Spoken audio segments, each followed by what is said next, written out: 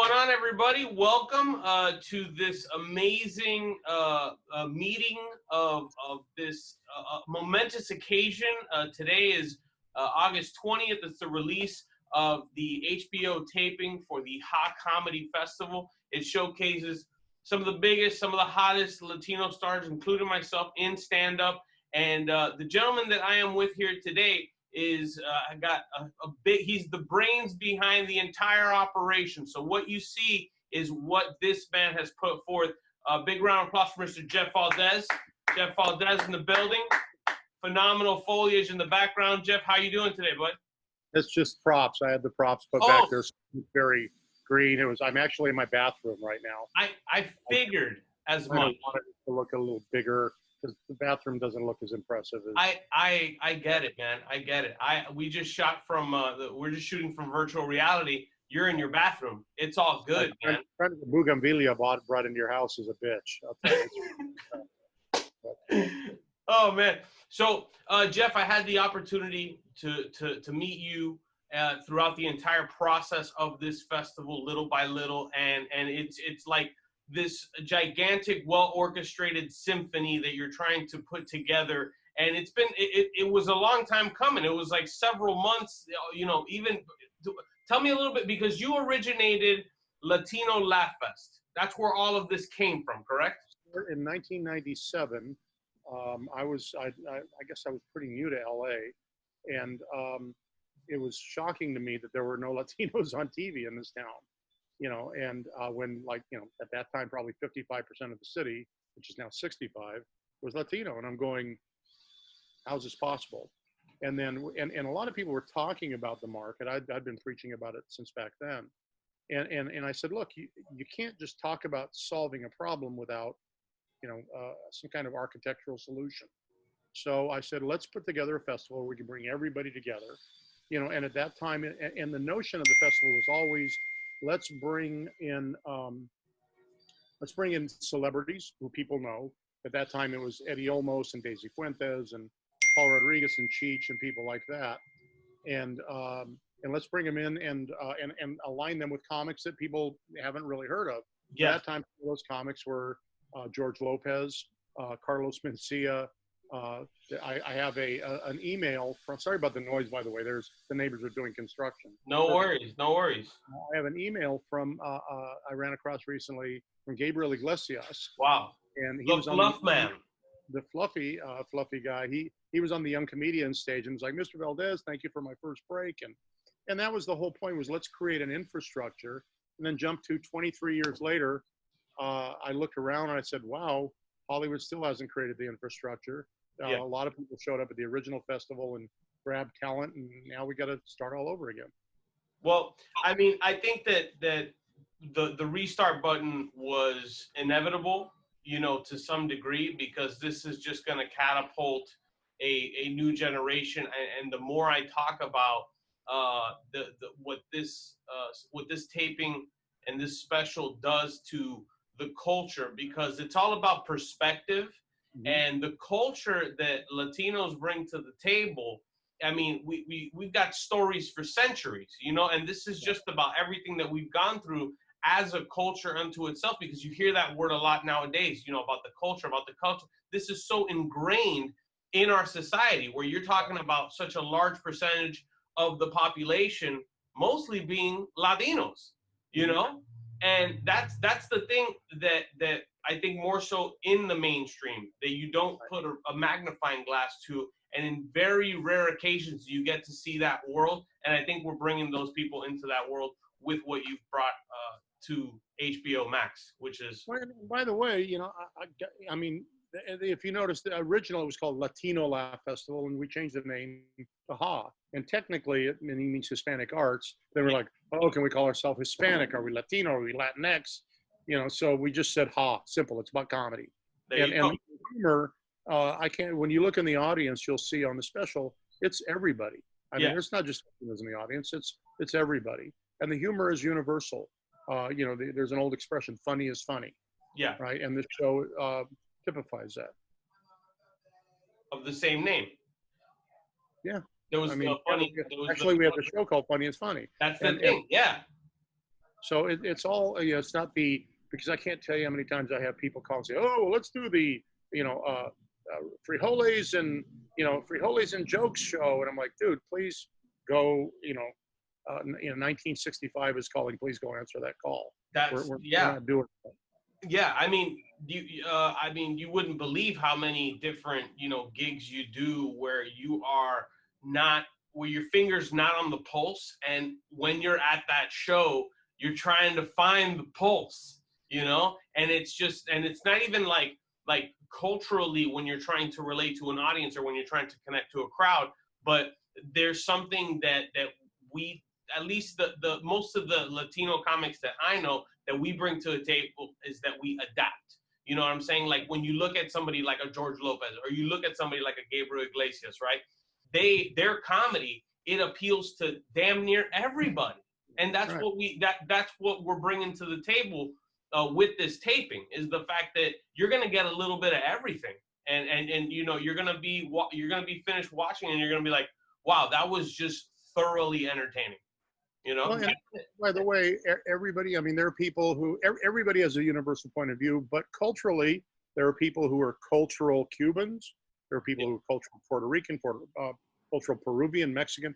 Really, but they're Americans, and as I always tell people, I said, the irony I find is I go to Africa, I'm an American. I go to Asia, I'm an American. I go to Mexico, I'm an American. I come to America, I'm a Mexican. And I'm like trying to still figure that out, how that happens. But the reality is I'm 100% American and I'm 100% Latino. I don't have to choose. I can be both. Yeah. And that's the notion of this show. And when you watch the show, again, everybody, your jokes are about Miami. Yeah. And so much Miami being Latino, it's about going to a dance club. I had to bust out the tropical shirt, Jeff. You know that I had to bust out the tropical shirt. And you're rocking that good, man. That's nice. So, but Miami, I've been to Miami, I've never been to the dance scene there because I've only been there, for business and haven't really gone out much, but you took me into that world and I loved it. When I first saw your tape, I said, this guy's great. And you, by the way, competed with quite a few people for that slot because there were, probably another couple hundred comics, that were in consideration for that slot that, because we had to pick two and you and, was it Pedro? I think it was Pedro Salinas. Pedro Salinas, yeah. But that entire experience was phenomenal. And if you're watching this right now, if you're just watching this, this is for the Ha Comedy Festival with Jeff Valdez. Comes out right now. Right now. If you're watching this, it's right now. Turn on your TV. If you're watching this, you could totally just be like, okay, I'll download the HBO app, and boom, we come out there, and all the best comics, the best Latino comics are coming straight your way.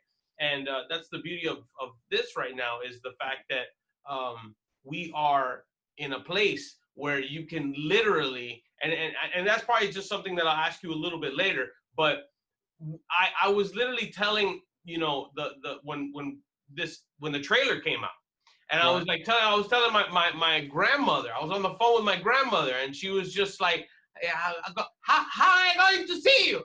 And, and she was frantic. But I told her, Mom, I told my mom, just download the app, and that's it. It's simple as that. And it was just like, oh, but that's all I had to do.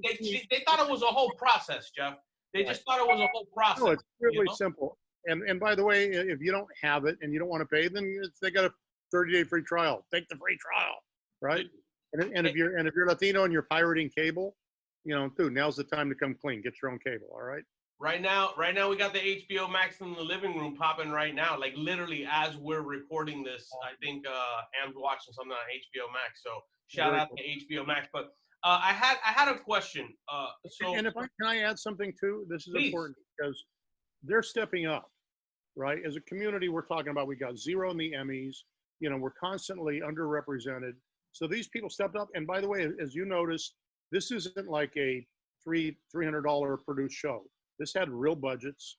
People were flown in, really nicely, put up in nice hotels, treated very, very well. Yeah. It's not a cheap, pardon my language, it's not a cheap, shitty production. Quite frankly, what we spent on our set is probably more than most Latino shows get to produce their whole show with. So, you know, when people say Latinos won't show up to see their own programs, because Hollywood says that a lot. Yeah. And I always tell people that's true. Latinos won't show up to see poorly done, cheaply done programs. Yeah. But now this is not poorly done nor cheaply done. So we have no excuses. We need to show up as a community. And by the way, you don't have to be Latino to enjoy this. Absolutely. I mean, you have how many? We have 7, including Angela. We got Mark Vieira. We got Gina Brion. It's a total of how many on the lineup? 8.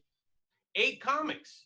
8 comics. 8 different points of views. You know, and you're talking about, you know, I think at least with the way that I have it, just with and just when you look at people like Mark, when you look at comedians like Gina, when you look at the writing instincts of a Pedro Salinas or you know, even Angela. Like Angela hosted up a storm during the entire taping. Like she set the tone. You know what I'm saying?